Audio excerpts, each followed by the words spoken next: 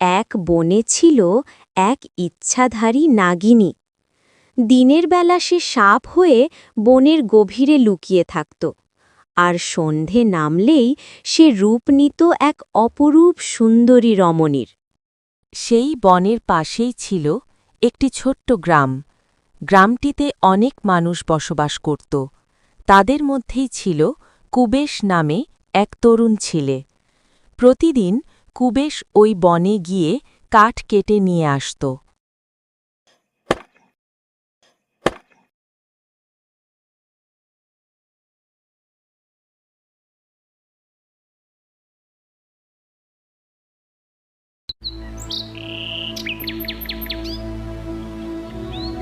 একদিন কুবেশনের সঙ্গে গ্রামের আরও কয়েকজন লোকও বনে আসে কাঠ কাটতে। হাঁটতে হাঁটতে তারা অনেকটা বনের ভেতরে ঢুকে পড়ে। কাকা, আমরা তো অনেক ভেতরে চলে এসেছি। এবার আমাদের কাঠ কাটা উচিত। কিন্তু কোথাও তো কোনো শুকনো কাঠ দেখতে পাচ্ছি না। আর শুকনো কাঠ না পেলে এই কাঁচা কাঠ দিয়ে আমরা কী বা করব? তুমি ঠিকই বলছো অরুণ, বলেছেন, কিন্তু বেরের চেয়ে দূরে গেলে সেখান থেকে কাঠ কেটে নিয়ে যেতে তো অনেক কষ্ট হবে। কষ্ট হলে আর কি করার, শুকনো কাঠ না কাটলে তো বাজারে বিক্রি করতে পারবো না। তাহলে এখন শুকনো কাঠ কোথায় পাবো? তাহলে এখন শুকনো কাঠ কোথায় পাব? আর একটু সামনে গেলে হয়তো সেখানে শুকনো কাঠ থাকতে পারে, কারণ এত দূরে কেউ কখনো আসে না। ঠিক আছে, চলুন চলুন তাহলে একটু সামনে এগিয়ে দেখি।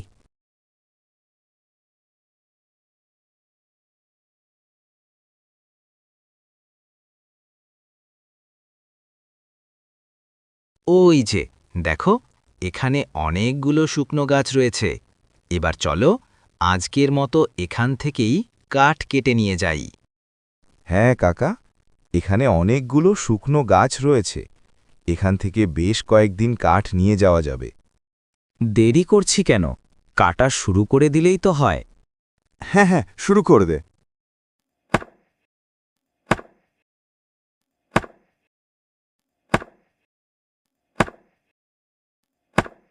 কিরে কুবেশ, আমাকে সাহায্য করতে গিয়ে তো ব্যাগনে তোর কাঠ কাটা এখনো শেষ হয়নি। এদিকে তো সন্ধে হয়ে গেল। এখন বাড়ির দিকে না গেলে যেতে যেতে অনেক রাত হয়ে যাবে। এই তো কাকা, আর কিছু সময় হলেই হয়ে যাবে।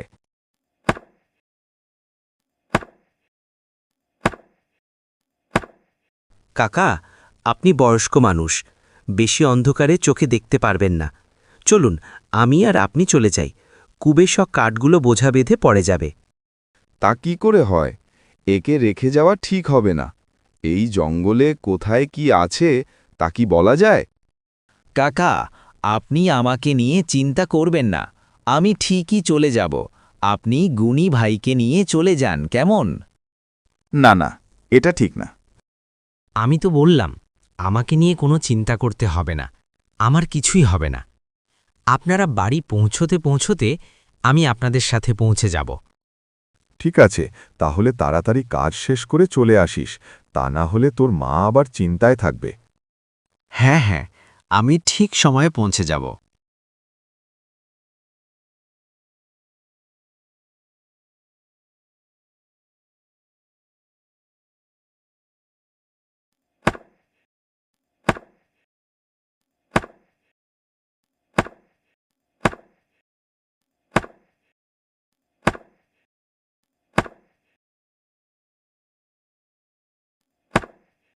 এই সন্ধেবেলায় জঙ্গলে কাঠ কাটছ কেন?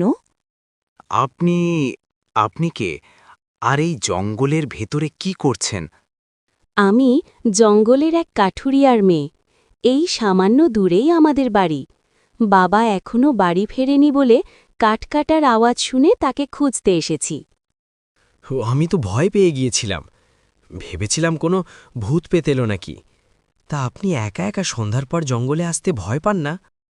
না, আমি ভয় পাই না। আমি জঙ্গলেই বড় হয়েছি, তাই আমার কাছে দিনরাত সবই সমান।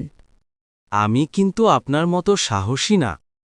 সাহসী না হলে সন্ধ্যার সময় জঙ্গলে আছেন কেন? দিন থাকতে চলে যেতে পারেনি। চলেই যেতাম, কিন্তু বাড়িতে মা অসুস্থ হয়ে আছে, তার জন্য ওষুধ কিনতে হবে। তাই একটু বেশি করে কাঠ কাটতে চেয়েছিলাম, তার জন্যই সন্ধ্যা হয়ে গেছে। ঠিক আছে, আপনি আজ এই কাঠগুলো নিয়ে চলে যান।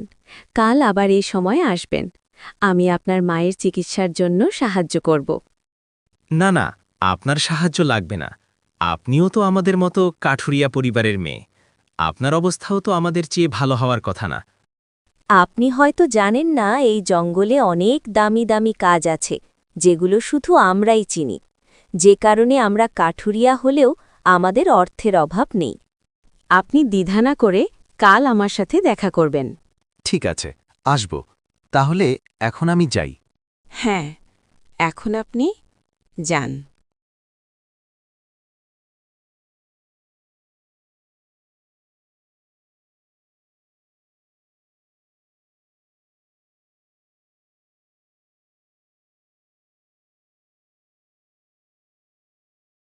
তুই এসেছিস বাবা? হ্যাঁ মা, এসেছি। কিন্তু তুমি বাইরে কেন? তোমার শরীর ঠিক আছে তো? আমি ঠিক আছি। তোর বাড়ি ফিরতে দেরি হচ্ছিল বলে তোর অপেক্ষায় বাইরে বসে আছি। যা, মাথা থেকে বোঝাটা নামিয়ে ভেতরে আয়, তোকে খেতে দিই।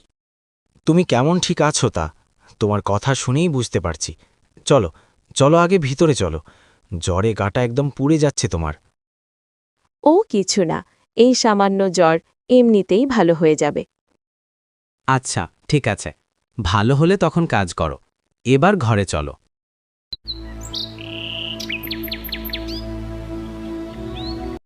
মা, আমি কাজ কাটতে গেলাম। তুমি ঠিকমতো খাবার খেয়ে নিও, কেমন? আজ কি তুই একাই যাচ্ছিস? হ্যাঁ মা, একাই যাচ্ছি। গনি ভাই আর জব্বার কাকা গঞ্জে গেছে। তাহলে বেশি দেরি করিস না, বেলায় বেলায় ফিরে আসিস। আমার আজকে আসতেও একটু রাত হতে পারে। আজকে আবার একজনের সাথে দেখা করতে হবে। তবে তুমি কোনো চিন্তা করো না, আমি সময় মতোই ফিরে আসব। ওই জঙ্গলে আবার কার সাথে দেখা করবে? আছে মা, আছে। তোমাকে সব পরে বলবো। এবার আমি চললাম। ঠিক আছে, যা।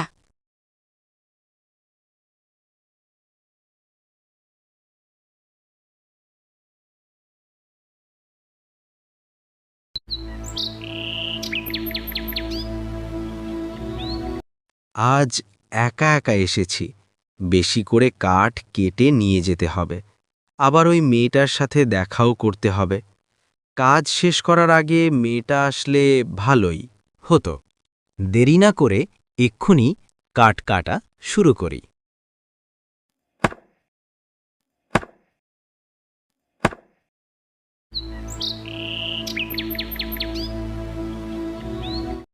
এই নিন, এগুলো রাখুন। এগুলো দিয়ে আপনাদের অভাব দূর হয়ে যাবে। তাছাড়া আপনি চাইলে গ্রামের অভাবী মানুষদেরও সাহায্য করতে পারবেন। তার মানে তো এখানে অনেক অর্থ আছে। এত অর্থ আপনি আমাকে কেন দিচ্ছেন? এমনিতেই। আসলে আমাদের অর্থের কোনো অভাব নেই, তাই ভাবলাম আপনাকে যদি কিছু দিই তাহলে আপনাদের সবার উপকার হবে। তুমি আমার এত বড় উপকার করলে। কিন্তু তোমার নামটাই তো জানা হলো না। কারো নাম শুনলে কিন্তু তার সাথে বন্ধুত্ব করতে হয়। তুমি আমার এত বড় উপকার করলে আর আমি তোমার সাথে বন্ধুত্ব করব না? আজ থেকে তুমি আমার বন্ধু। বন্ধুত্ব করলে কিন্তু বন্ধুর সাথে দেখা করতে হয়, সেটা কি জানেন? হ্যাঁ জানি। আর যখন বন্ধু বানিয়েছ তাহলে তো দেখা করতেই হবে। তাহলে শুনুন, আমার নাম মালিনী, কিন্তু আপনার নাম কি? আমি কুভাধন। বাহ, সুন্দর নাম তো। হ্যাঁ, সবাই বলে আমার নাম অনেক সুন্দর। এবার তাহলে তুমি থাকো, আমি যাই। আর কাল বিকেলে এসে তোমার সাথে দেখা করে যাব, কেমন? না না, আমি আপনার সাথে দেখা করতে পারবো না। দিনের বেলা আমাকে বাড়ি থেকে বের হতে দেয় না। সন্ধ্যের পর লুকিয়ে এসে আপনার সাথে দেখা করতে হবে। কিন্তু তুমি আমার সঙ্গে লুকিয়ে দেখা করবে কেন? আপনাকে বন্ধু বানিয়েছি না, আর বন্ধুর সাথে দেখা করার জন্য এইটুকু কষ্ট তো করতেই হবে। ঠিক আছে, আমি কাল সন্ধ্যার পরে তোমার সাথে দেখা করব। এবার আমি চললাম।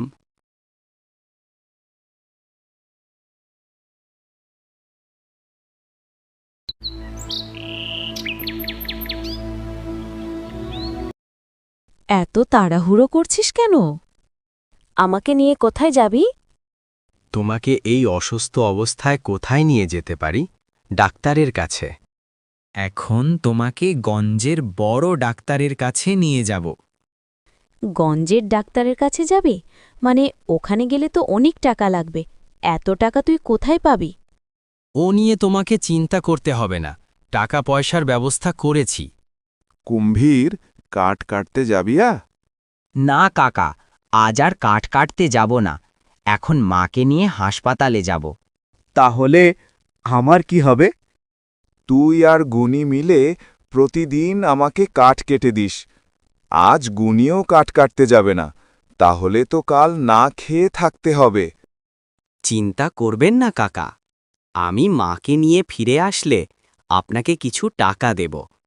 তা দিয়ে আপনি ছোটখাটো একটা ব্যবসা করতে পারবেন, আর আপনার কাঠ কাটতে হবে না।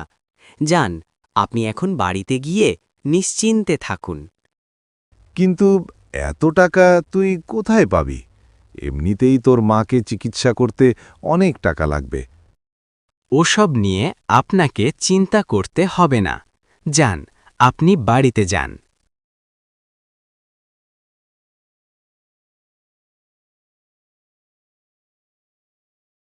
বাবা, তুই সত্যি করে বল তো, এত টাকা কোথায় পেলি?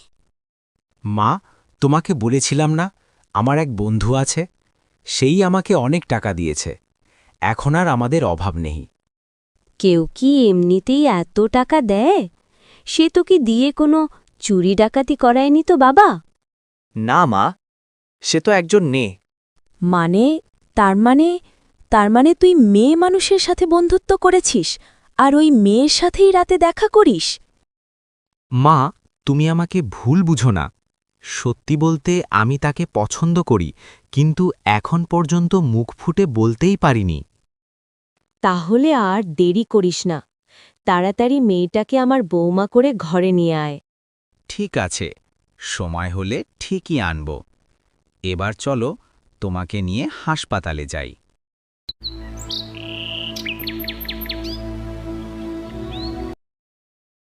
এভাবে অনেক দিন কেটে যায়। এর মধ্যে কুম্ভীর আর মালিনীর সম্পর্ক ধীরে ধীরে ভালোবাসায় রূপ নেয়। এক পূর্ণিমা রাতে কুম্ভীর আর মালিনী বসে গল্প করছে। এখন রাত হয়ে গেছে, এবার তুমি বাড়ি ফিরে যাও। না, আজ বাড়ি যাওয়া অনেক দেরি হবে। তোমাকে তো কোনোদিন দিনে দেখার সৌভাগ্য হয়নি, তাই আজ পূর্ণিমার রাতে তোমাকে মন ভরে দেখব। তাহলে তো সর্বনাশ হয়ে যাবে। পূর্ণিমার চাঁদের আলো আমার গায়ে লাগলে আমি তো সাপ হয়ে যাব। আর কুম্ভীর যদি বুঝতে পারে আমি মানুষ না, তাহলে তো আমাকে ভুল বুঝবে। ও আমার কাছে তবে আর আসবে না। মনে মনে কি ভাবছ? কই, কিছু না তো। এমনিতেই আজ একটু তাড়াতাড়ি বাড়ি ফিরতে হবে। কই, এর আগে তো কোনোদিন তাড়াহুড়ো করনি, আজ তাহলে কেন এত তাড়াহুড়ো করছো? কেন বলো তো? যতই তাড়াহুড়ো করো না কেন, কাজ হবে না।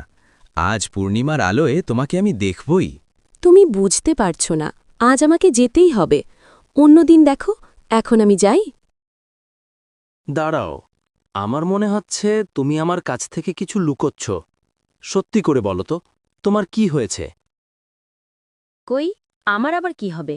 কিছুই না, এমনিতেই যেতে হবে। তাই? শোনো মালিনী, ভালোবাসার মাঝে কোনো মিথ্যা লুকিয়ে রেখো না। পরবর্তীতে সে মিথ্যাই সকল সম্পর্ক নষ্ট করে দেবে। আমি তোমার চোখ দেখে স্পষ্ট বুঝতে পারছি, তুমি আমার কাছ থেকে কিছু লুকোচ্ছ। হ্যাঁ, আমি তোমার থেকে একটা কথা লুকিয়েছি। আমি সবসময় ভাবি, তুমি যদি সত্যিটা জানতে পারো, তবে আমাকে ভুল বুঝে দূরে সরে যাবে। আমি তোমাকে হারাতে চাই না, আমি সত্যিই তোমাকে অনেক ভালোবাসি। সত্যিকারের ভালোবাসার ওপরে বিশ্বাস রাখতে হয়। আমিও তোমাকে ভালোবাসি, আর যে কোনো পরিস্থিতিতে তোমাকেই ভালোবাসব, কখনোই ভুলে যাব না। শোনো, তাহলে আমি আমি আসলে কোনো মানুষ নই। আমি একজন ইচ্ছেধারী নাগিন। সারাদিন সাপের রূপ ধরে থাকতে হয় আমাকে, আর সূর্য অস্ত খেলে তবেই আমি মানুষের রূপ নিতে পারি। তোমাকে প্রথম দেখেই আমার খুব ভালো লেগেছিল, তাই সবসময় তোমার পাশে থাকতাম।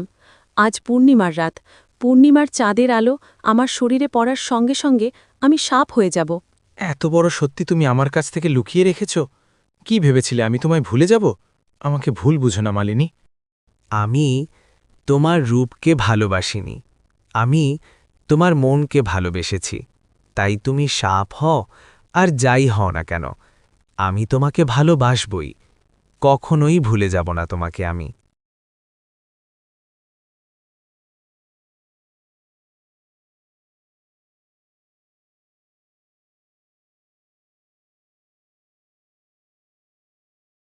এ মানুষ, আমি তোমাদের প্রেমে মুগ্ধ। তোমরা প্রমাণ করেছ যে সবার উপরে ভালোবাসা, আর ভালোবাসার শক্তি দিয়ে সবকিছু জয় করা যায়। তাই আমি সর্বরাজ তোমাদের প্রেমের মাঝে কোনো বাধা রাখব না। আজ থেকে মালিনী কোনো ইচ্ছাধারী নাগিন নয়, আজ থেকে ও একজন সাধারণ মেয়ে। এবার তোমরা সুন্দর করে একটা ভালোবাসার ঘর বানিয়ে সুখে থাকো, সুখে থাকো, সুখে থাকো। সর্পরাজ তাদের ভালোবাসায় খুশি হয়ে মালিনীকে চিরদিনের জন্য মানুষ বানিয়ে দেয়। এরপর কুম্ভীর মালিনীকে বিয়ে করে সুখে শান্তিতে বসবাস শুরু করে।